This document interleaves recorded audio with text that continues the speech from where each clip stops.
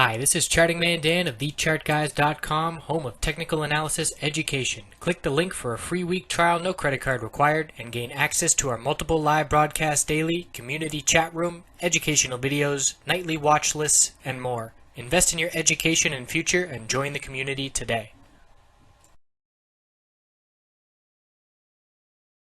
Hey everyone, looking at natural gas daily, weekly, and shorter term time frames. So the bulls seeing a very strong day today and continuation to the upside, and it's been a very nice bounce over the past 2 weeks. We still have lower highs set. The bulls are going to have to break 2885 and 2911 to see a clear bullish break and some higher highs, and the bulls need to consolidate and cool off before reaching those levels because they're a bit extended to the upside.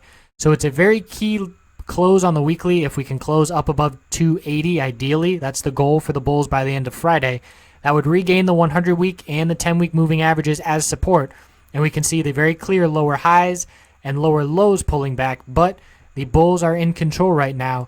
And let's look at it a bit more in depth. The hourly chart is very clearly in a higher low, higher high uptrend.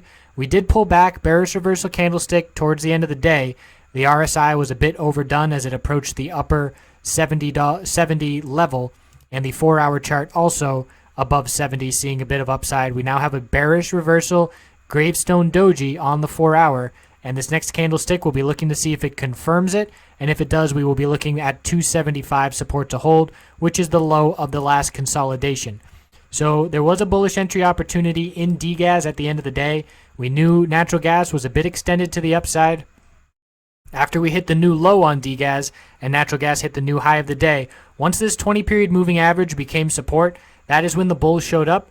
We rejected from the 100-period resistance. We bounced off the 20-period support. And this just shows you how good these moving averages are, how good of a tool it is to utilize when trading. So breaking resistance, hitting resistance, pulling back, bouncing off support, grinding against resistance, bouncing off support, and then a little bullish break above that resistance at the end of the day. Not a ton of gains to be had here, but let's say you got in a little bit late after that bullish close off over the 20 period, and you're in at 644, and then by the end of the day we got up to 656. So a 12-cent gain on a $6.50 stock. A couple percent there, definitely worth the trade. And that was a little bit of an overbought trade if you were playing, and your stop loss would have been below the low of the day if natural gas was able to hit higher highs.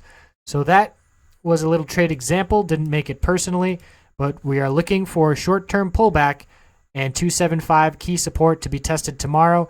It'll be interesting to see after hours if this candlestick is going to confirm this bearish reversal gravestone doji, and a break of 2784, the low of this candlestick, will be a start to confirming that.